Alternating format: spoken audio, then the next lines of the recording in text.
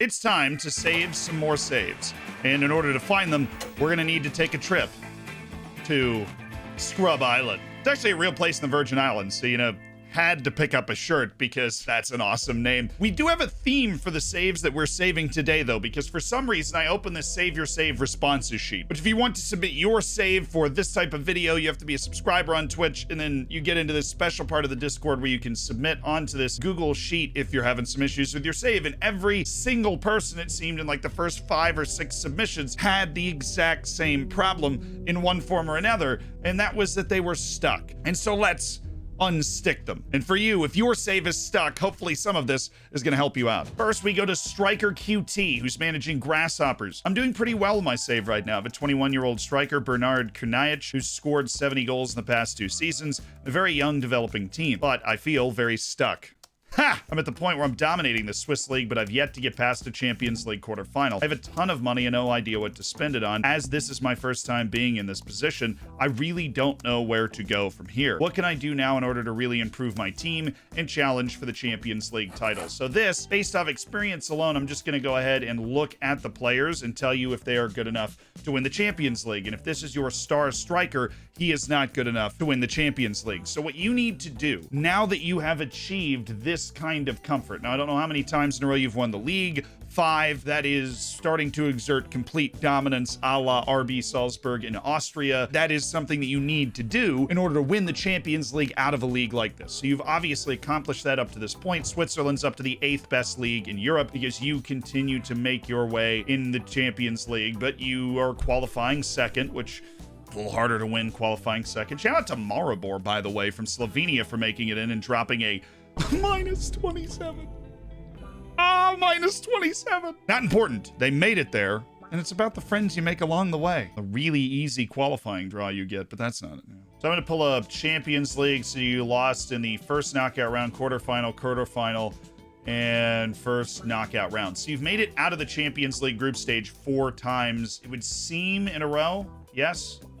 4 times in a row, you've made it out of the Champions League group stage. There are very few clubs in the world that can say that. And I have to say, you have to be doing very well when it comes to your tactics, your player management, because the attributes of these players, while pretty darn good, definitely deserving of being dominant in the Swiss League and getting to the Champions League group stage, do not indicate to me that you should be dominating in the Champions League group stage, which getting out of the Champions League group stage 4 times in a row is dominating in the Champions League group stage, especially for a team out of Switzerland. What I think you might have done is once you completely took control of the Swiss League, you just assumed your team was good enough to win the Champions League. I mean, they are not. We are clicking through these players right here and just having a look at them. And this guy's actually fantastic. This guy's a little better than a couple of the other guys that we've seen. So let's go to the teams that you are competing against and actually look at the quality of those players. Like this striker is just better than your striker, Muhammad Ali Cho, who Football Manager seems to love going into the future. Players like Kai Havertz are just better than anyone you have on your team. Players like Vitinha are just better than anyone I've seen on your team. And I realize that you don't have the financial situation to go after Vitinha, but you have built up 260 million in balance, 109 million in transfer budget. So you're not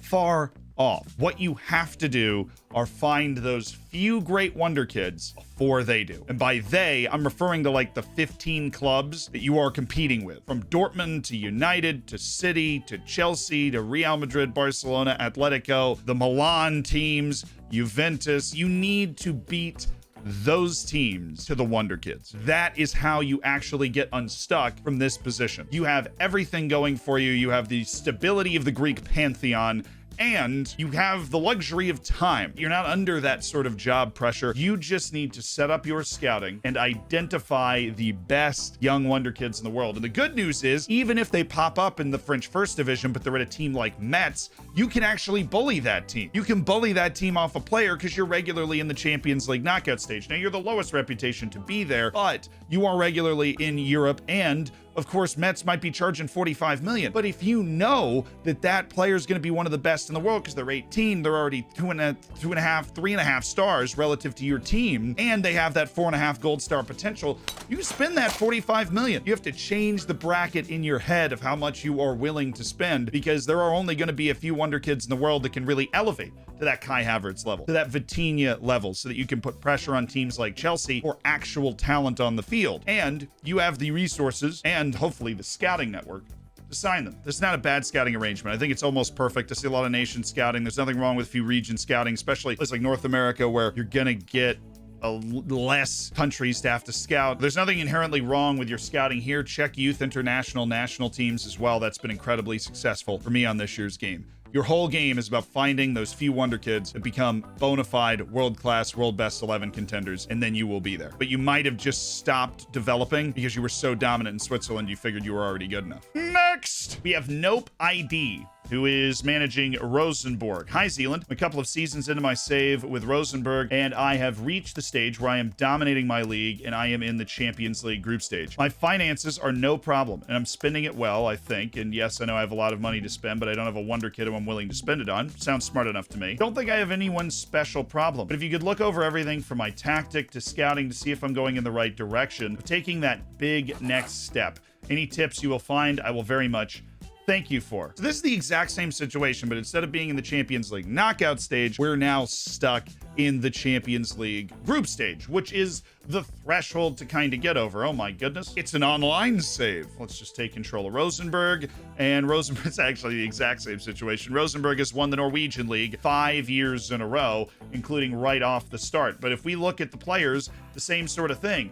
That dude is good. He's definitely good. He's in the Mexican national team. This dude, not quite as good, and definitely not at the level that can compete for a Champions League title. The advantage that you have when you're a smaller league team playing in the Champions League is that you're going to have amazing club atmosphere, great cohesion, and the morale's going to be through the freaking roof. Your team is also going to be better rested than the team you're playing against in the Champions League, be it Chelsea. In this case, you're competing against Man City, or Inter is the team that essentially you are knocking out of the Champions League as long as you hang on over the last 2 matches. Those advantages can paper over the fact that your team is slightly less talented or seriously less talented, because when you garner those advantages, you can really compete in the Champions League. If you do make it out of the Champions League group stage, this would be the first time that you've actually done that into the Champions League knockouts, so you are making progress. But looking through your team and looking at the attributes, you are still a ways away from actually being able to match the best teams in the world. Now, I realize you're not always going to be able to match the best teams in the world because you lose players, but you need to be fighting for that. When you're in a financial situation like this, you need to be targeting and signing the best young players in the world. You wanted a quick look at your scouting. Your scouting looks perfectly fine. I saw you looking at Thailand up there before. I don't know if that's a fruitful way to go about things in Football Manager. I know second nationality Thai and Vietnamese players are actually pretty big in the game. I've never had a lot of success scouting specifically in Thailand and Vietnam, and especially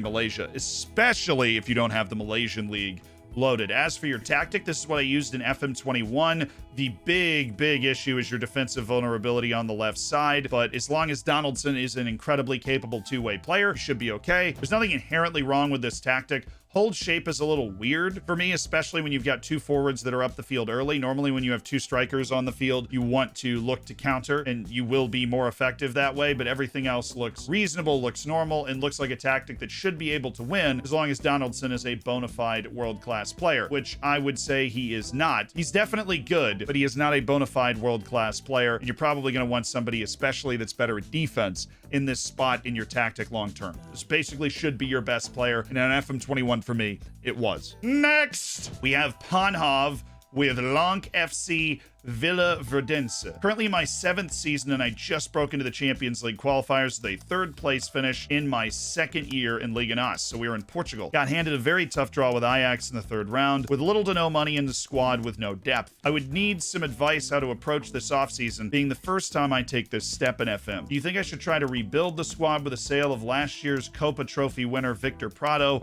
or last year Next Gen winner Zolt Books? It's just weird. Does the Next Gen feel like a super easy award to win in this game? It feels super easy to win. We'll table that. So this is a different spot to get stuck. You finally make it into Europe, and you're sitting there with no money, no squad depth, going, well, we've done this, but what now? How do we prevent the backslide? Tremendous finish in the Portuguese league, getting up to 3rd, climbing your way out of the lower leagues.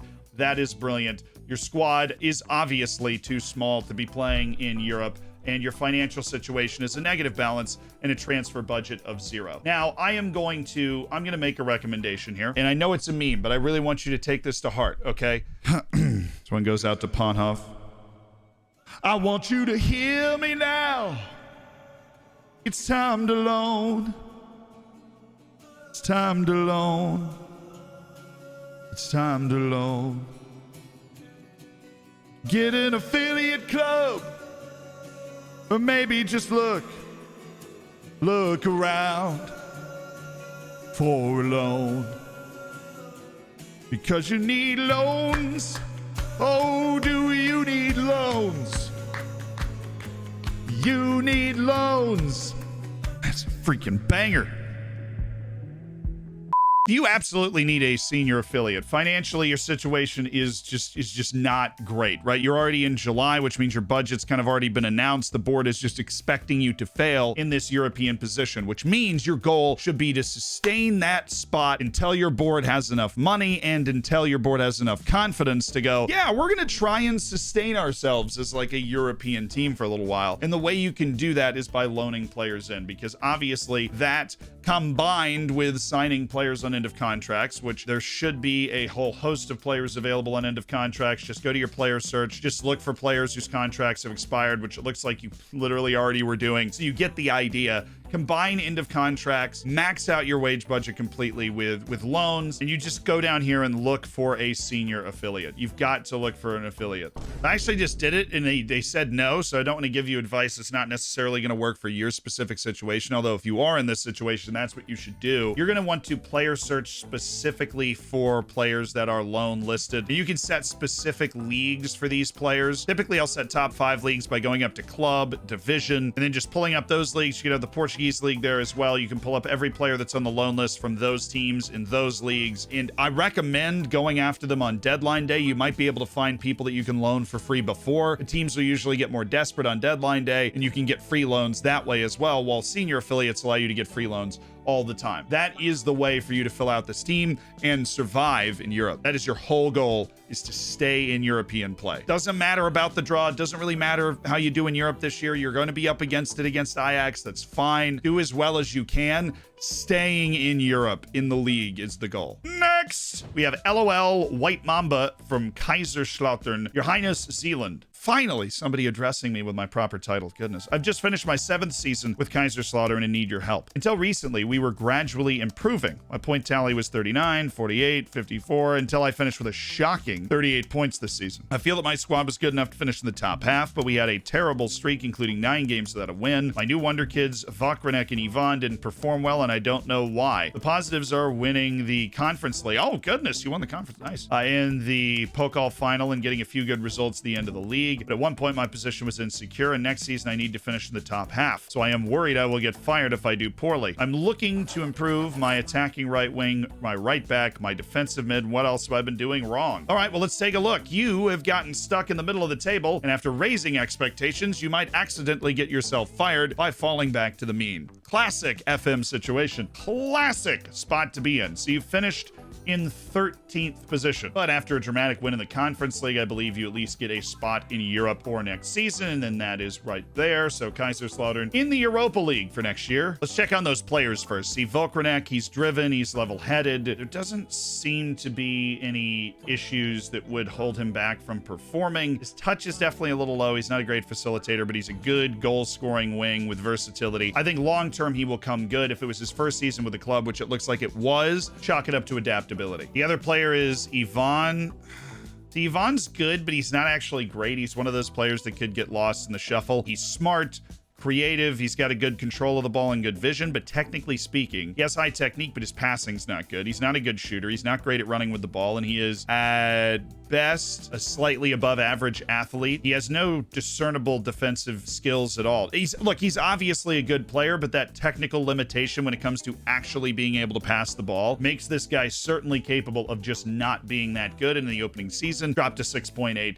Doesn't surprise me too much, depending on where you were playing him. If he's at this halfback position, he'd probably be fine, but he doesn't offer a lot in defense. And so it's a tricky spot. You have to really trust your defense to trust a guy like that as a defensive midfielder. Your tactics, pretty basic, yeah, but it works. Doesn't have flaws, puts pressure on a point in the field. Now, Oddly and Vokrenek might run into each other from this spot. Caceres and Maffeo might run into each other from this spot, but as long as you're not too wide and you're attacking with, it should be fine. Let's try and figure out what was the biggest issue in your team? Seems like you were just pretty generally bad. There's only one team above you that scored less goals, and their defense was significantly better. And your defense was, it was okay, but it certainly wasn't outstanding, right? Like your team representatively seemed bad. Let's take a look at the XG table. So in the XG table, you were actually supposed to be 6th. I wouldn't overreact then. It seems like you got unlucky. You underscored your XG by 15 goals, and you allowed 9 more goals than you were supposed to, and ended up with 13 less points than you were supposed to. Relegated Arminia Bielefeld was at 11, but even they didn't get screwed as much as you did when it just came to the raw numbers of the goals. Don't overreact. That's my advice. At least one of those wonder kids looks like he's going to be great. The other one's certainly a decent player. You just have to make sure you use him in the right way. You managed to save yourself by getting yourself in Europe, and you burned up all of the good favor with an unlucky season. I think your biggest concern has to be the fact that your strikers just might not be that good at finishing. Consider perhaps breaking out something like a 4-4-2 formation and finding a striker that's got more than 12 finishing. Even pairing him with somebody like Augustine Hausch would definitely help, because Chadius is clearly a very good player, but Hausch is somebody that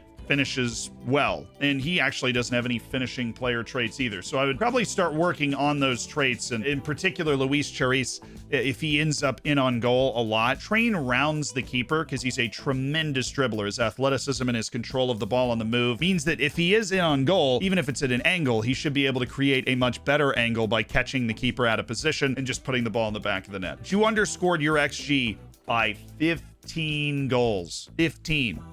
You'll be fine. Next, Shaq Diesel, playing with Queen's Park. Only 2nd year playing FM. I'm in uncharted waters. Love those. Those are my favorite waters. Right after the one from Fiji. Even though it's a small island, I don't know how they get that much water. Is there a conspiracy? They're faking Fiji water?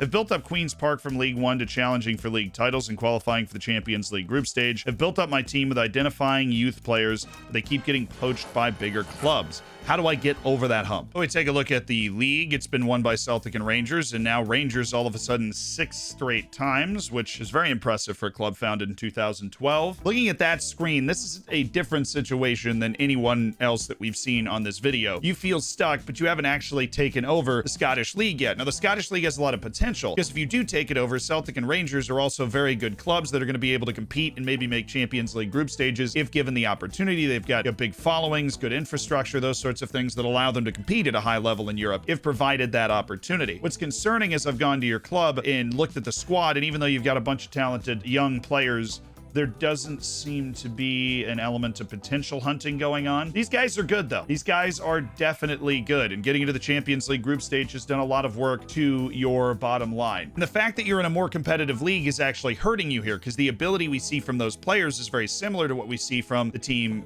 Grasshoppers earlier, except they're in an easier league, and so they're able to roll their way into the Champions League and rest more for the Champions League and those sorts of things. You're not going to win the Champions League or really reliably get out of the Champions League group stage until you own the Scottish Premiership. Your entire focus should be on conquering the Scottish Premiership. And holy smokes, do you have the resources to do it? I mean, look at that money. Let's take a look at your scouting now. I've scrolled to the bottom, and we've got 6 scouts not doing anything. Unless you're absolutely micromanaging your scouting in terms of scouting priorities and those sorts of things, which it doesn't look like you need to do or are doing, that doesn't make any sense. Get them scouting somewhere. You're also scouting Gibraltar.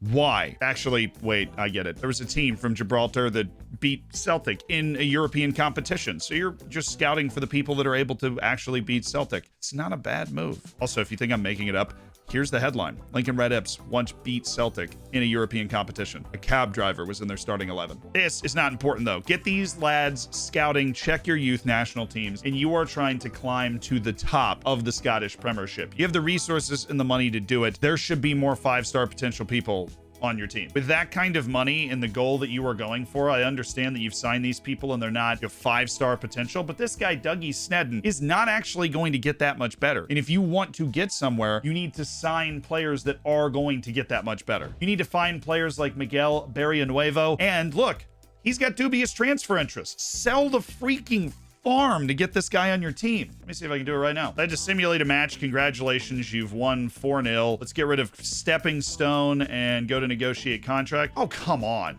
Oh, come on. You can absolutely get this guy. Let me do it right now. And you're very financially healthy. You don't have to worry about throwing this serious amount of money out. I mean, what do you like? What are you doing? Season landmark goal bonus. He hits 20 goals, he gets 300,000. We reach the first knockout round of the Champions League, he gets 250,000. Team of the year bonus. Sounds good to me. We'll throw in 110,000 if you make team of the year. You win top goal scorer in the league, you get 110,000. And if we win the Premier League, you get 145,000. We're going to give myself a little negotiating room. Pay the agent absolutely all the money we possibly can. And we're close. We cut the sell-on fee percentage down to 5%.